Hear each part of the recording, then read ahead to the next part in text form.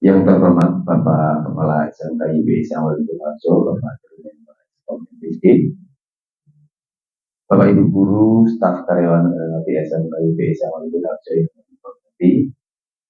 Pertama-tama, mari kita panjatkan puji syukur dari Allah Subhanahu wa Ta'ala yang kesempatan baik ini.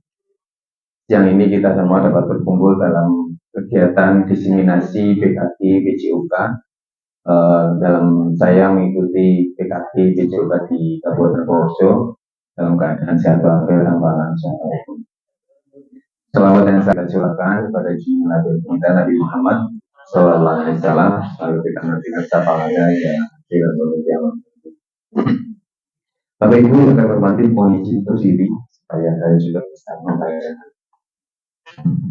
Baik Bapak Ibu, kegiatan diseminasi PKG PJOK ini adalah bagian dari tugas saya dalam mengikuti kegiatan PKG PJOK di Kabupaten Purworejo. Diseminasi yang saya sampaikan di sini adalah rencana tindak lanjut pembelajaran berbasis proyek di dalam pembelajaran PJOK. Langsung saja berkaitan dengan pembelajaran berbasis proyek. Yang pertama, melibatkan komunitas belajar yang ada di sekolah. Keterkaitan pembelajaran berbasis proyek ini melibatkan guru mapel yang mungkin bisa diajak kolaborasi dalam penerapan pembelajaran PJOK. Komunitas belajar adalah dalam sekolah adalah kelompok pendidik dan tenaga pendidikan dalam suatu sekolah yang belajar bersama dan berkolaborasi secara rutin dengan tujuan yang jelas dan terukur untuk meningkatkan kualitas pembelajaran sehingga dampak dari hasil belajar peserta didik. Penting atau tidak komunitas belajar di dalam sekolah? Tentu saja komunitas belajar di dalam sekolah ini sangat penting.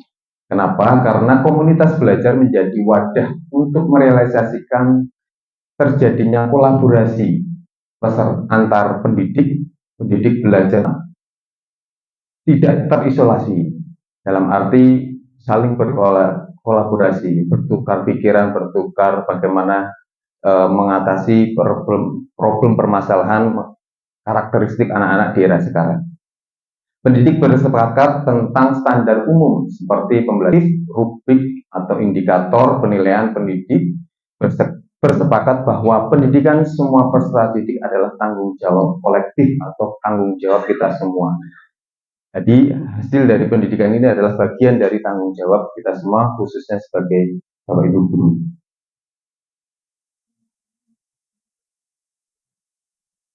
Sport Education Model. Nah, pembelajaran Sport Education Model ini adalah suatu pendekatan pembelajaran PJOK yang menawarkan pengalaman belajar yang lengkap dalam konteks kehidupan nyata di bidang olahraga. Model STEM ini memberikan kesempatan kepada peserta didik untuk mempelajari keterampilan, taktik, strategi, ataupun aturan permainan, serta memahami tanggung jawab sosial melalui berbagai peran sesuai dengan kemampuan atau minatnya. Minat dalam arti minat peserta didik. Di sini peserta didik diberi kesempatan model pembelajaran PJOK mengelola event sebuah pertandingan, dan di situ juga pasti akan berbagi peran, baik itu nanti ada yang sebagai pemain, pelatih, official, ataupun supporter, bahkan pedagang di dalam kegiatan olahraga model STEM ini. Nah, peserta didik dapat mengeksplorasi berbagai peran seperti pemain, pelatih, manajer, wasit, dan penonton, bahkan lebih luas lagi menjadi analisis pertandingan, jurnalis, dan sebagainya. Jadi banyak yang bisa dilibatkan dalam arti membagi peran kepada peserta didik. Tentu saja tidak hanya fokus pada satu kelas saja, kita bisa berkolaborasi antar kompetensi misalkan di situ. Kemudian dalam berbagi peran tentu saja guru mapel lain juga bisa terlibat dalam pengukuran tingkatan kompetensi ataupun dalam meningkatkan kompetensi sesuai mapel Bapak Ibu masing-masing. Latar belakang. Jadi yang melatar belakangi pendidikan STEM dalam paradigma pendidikan jasmani atau PJOK di era Merdeka Mengajar mengharuskan guru untuk dapat menerapkan pembelajaran dengan konsep berpusat pada peserta didik, diantaranya dengan menggunakan pendekatan belajar sport education model. STEM merupakan salah satu model pendidikan PJOK. Tujuan spesifiknya dalam menyediakan pengalaman keolahragaan yang inklusif dan realistis, menstimulasikan struktur dan dinamika tim secara kompetisi olahraga yang aktual. Penggunaan pendekatan pembelajaran STEM diharapkan dapat menumbuhkan motivasi belajar peserta didik, aktif dalam kegiatan pembelajaran, serta memberikan pengalaman nyata yang dapat diimplementasikan di masyarakat, sehingga pembelajaran yang efektif dapat tercapai. Sehingga harapannya dalam pembelajaran yang efektif ini keterlibatan peserta didik sesuai dengan kompetensi yang mereka miliki. Nah, salah satunya juga dengan menggunakan berdiferensi. Jadi melakukan asesmen awal, mengukur kemampuan awal, kemudian nanti dibedakan, diplot-plotkan sesuai dengan kemampuan. Ini fokusnya kemana, yang ini standarisasinya ada rendah, sedang, tinggi. Nah, ini yang nanti bisa diimplementasikan. Tujuan, meningkatkan kesejahteraan, kebugaran, minat belajar, dan motivasi belajar peserta didik, menekankan pembelajaran melalui pengalaman nyata dan situasional pada kompetisi yang sesungguhnya, menggabungkan pemahaman peserta didik tentang olahraga yang membantu mengembangkan pengetahuan dan keterampilan mereka serta nilai-nilai sosial melalui pengalaman bermain. Memberikan pengalaman otentik peserta didik dalam pertandingan olahraga yang mempraktikkan peran yang terdapat pada suatu pertandingan. Jadi mempraktikkan perannya masing-masing sebagai pemain, sebagai official, sebagai pelatih, bahkan supporter. Ya, nanti di situ juga ada kreativitas supporter dan lain sebagainya untuk mendukung kegiatan pembelajaran STEM ini. Kemudian menanamkan nilai-nilai karakter seperti sportif, kompetitif, disiplin, tekun, tanggung jawab bersama, toleransi, percaya diri, keberanian, dan taat aturan. Nah, dalam penelitian ini tidak hanya 1-2 kali pertemuan, tetapi ada rencana yang disusun terlebih dahulu bagaimana keterlibatan yang akan dilibatkan. Bapak Ibu guru mapel apa yang bisa diimplementasikan, misalkan di dalam STEM ada pedagang. Nah, pedagang ini mungkin bisa berkolaborasi dengan kompetensi dari pemasaran ataupun pembuatan laporan hasil pertandingan, jurnalis dalam laporan pertandingan, pemberitaan, media dan lain sebagainya, itu bisa dikolaborasikan dengan mapel-mapel lainnya. Baik, capaian dan langkah-langkah. Capaian peserta didik secara mandiri dapat menyusun strategi kekompakan dalam permainan bola voli, karena di sini kita mau mengangkat yang dulu sempat membooming, terkenalnya kan Jaga dengan volinya. Nah, dengan melalui pembelajaran STEM Pro Liga yang nanti bisa diagendakan di suatu waktu nanti, mungkin bisa sedikit menumbuhkan kembali minat anak-anak untuk bermain voli. Dan saya amati juga anak-anak ini dominannya seneng, condongnya olahraganya adalah permainan bola voli. Peserta didik mampu membuat perlengkapan tim dengan kreatif untuk meningkatkan motivasi dan minat peserta pertandingan dalam timnya. Jadi sekreatif mungkin dalam pertandingan ataupun keterlibatan peran dari masing-masing peserta didik. Peserta didik mampu mengetahui dan menjalankan peran sesuai dengan perannya masing-masing. Tugas dari peran masing-masing ini yang mereka juga akan mempelajari hal tersebut. Peserta didik mampu membuat laporan hasil pertandingan. Nah, di sini laporan hasil pertandingan pun juga bisa ditingkatkan, ataupun dalam hasil pertandingan bisa dilaporkan sebagai dokumen penilaian Bapak Ibu semuanya. Kemudian langkah-langkah pembentukan kelompok peserta didik, menjelaskan lebih lanjut program, kemudian memberikan pengetahuan dan kepada peserta didik terkait peran dari setiap tugas yang terdapat dalam pelaksanaan proyek. Kemudian pemberian proyek individu dan tugas kelompok pada setiap kelompok, menyusun jadwal pelaksanaan, rencana kegiatan, dan bagaimana bagan pertandingan. Yang keenam, pembimbingan dari guru selama proses pelaksanaan proyek, evaluasi dari setiap kegiatan. Hasil yang diharapkan adalah peserta didik dapat menjelaskan tugasnya dengan baik, baik itu yang bertugas sebagai pemain, pelatih, official, manajer tim, panitia pertandingan, wasit, supporter, ataupun yang lainnya sesuai dengan perannya.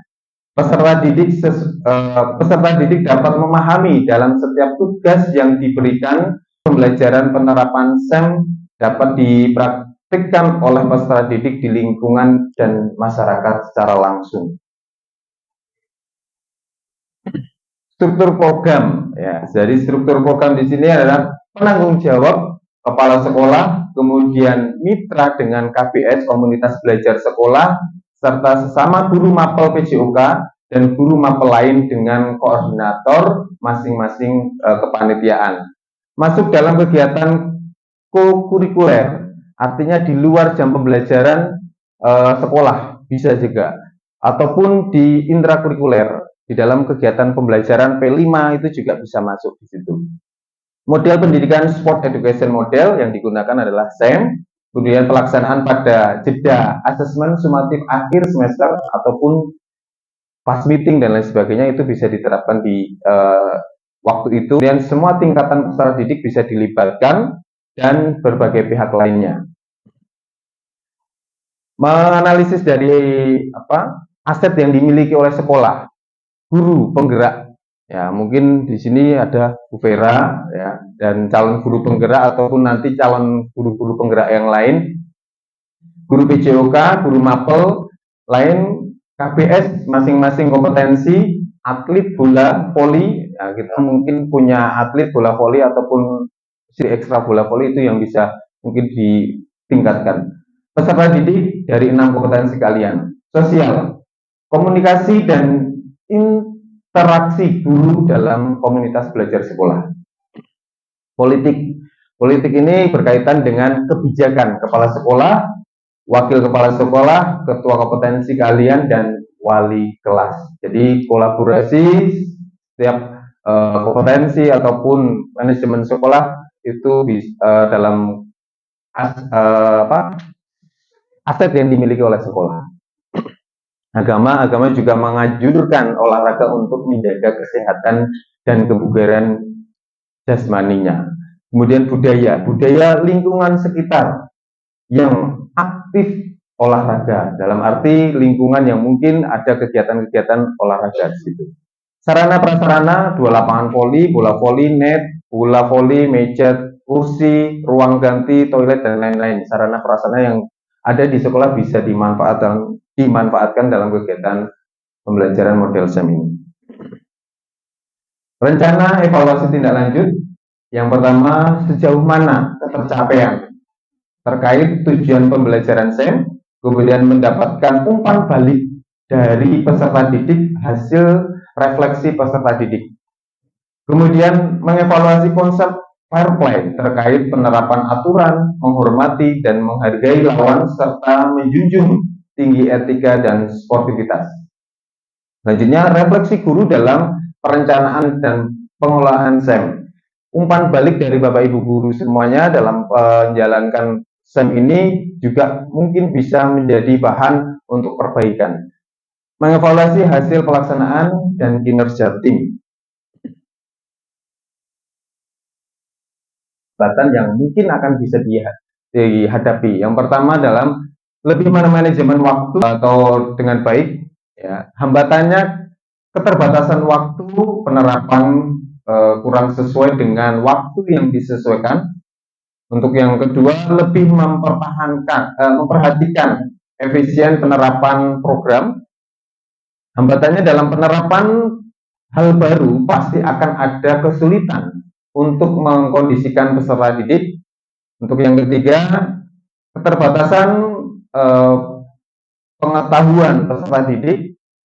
Hambatannya menerapkan proyek secara utuh dan hasil yang sempurna akan sulit berkaitan dengan awal penerapan pastinya akan beberapa hambatan teknis maupun non teknis. Yang terakhir, yang keempat, keterbatasan pihak yang menggerakkan sehingga keterbatasan tenaga koordinator. Tantangannya tenaga pelaksana kegiatan dan pengaturan kegiatan terbatas. Nah, ini juga dalam pelaksanaan pembelajaran PJOK dalam model SEM ini juga butuh support dari keterlibatan dari semua lini, baik dari Bapak Ibu guru, staf, dan koordinasi dengan mapel-mapel yang pengen dilibatkan dalam kegiatan. Baik, mungkin itu sosialisasi dari kegiatan proyek pembelajaran berbasis proyek yang dengan menggunakan model SEM. Banyak kekurangannya, kami mohon maaf. Saya akhiri dulu. Wassalamualaikum warahmatullahi wabarakatuh. Terima kasih Pak Reza telah menginspirasi semuanya. Adanya apa tadi? SEM. Kalau pakai. SEM, Pak. Setelah ini, ke depannya saya juga ingin khususnya di program kalian isinya ada 6 untuk melakukan seperti ini. Lumayan dicatat. Ya. Jadi nanti bertahap dari program kalian, nanti di mapel-mapel. Mapelnya misalkan itu ada bahasa Indonesia, art moko, matematik mau apa. Jadi supaya Bapak Ibu guru, kelompok belajar semua materi yang diajarkan bisa tahu. Ini adalah program PKG dari guru olahraga yang diikuti Pak Risa. Dengan anak itu ngerti Pak ikut gak yo melu. Saya jangan dikri lah yo melu lah. Foto kayak pikirannya kurus begitu. Saya nggak tahu kalau itu memang dari sana ya. Tidak semua sekolah bisa ikut kata Pak Joko.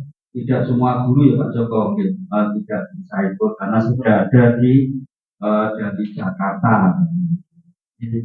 Itu saja dari saya. Terima kasih. Jadi kedepannya saya juga ingin guru, khususnya guru produktif dulu, Bu Maria sebagai koordinator mutu, berarti apa yang akan dikembangkan, apa yang ini nantinya supaya kita paham tentang program-program kalian. Ya, nanti kalau naik guru di limo, sebenarnya ya wong limo, maka semua akan berkontribusi di dalam program kalian tersebut. Jadi semua bapak ibu guru ngerti. Nek sekretaris terus yang jaga ini orang sekretaris apa kurang ngerti. Coba tanya kakomnya. Jadi di sini akan tahu semua. Nantinya juga menjadikan kelompok belajar di Sawu Gali tiap mapel juga ada sudah ada MGMP sekolah di samping MGMP kabupaten. Terima kasih. Wassalamualaikum warahmatullahi wabarakatuh. Waalaikumsalam. Sistem model pembelajaran yang sama. Contohnya tidak usah jauh-jauh TEVA. Nah, itu kan ada keterkaitan ataupun simulasi kegiatan-kegiatan pembelajaran di kompetensi masing-masing. Terima kasih Bapak Ibu atas waktunya, meluangkan waktunya untuk saling sharing dengan komunitas belajar di sekolah. Tentu saja mungkin ini bagian dari belajar sharing bersama dan banyak kekurangan dan saya mohon maaf saya akhiri. Wassalamualaikum warahmatullahi wabarakatuh.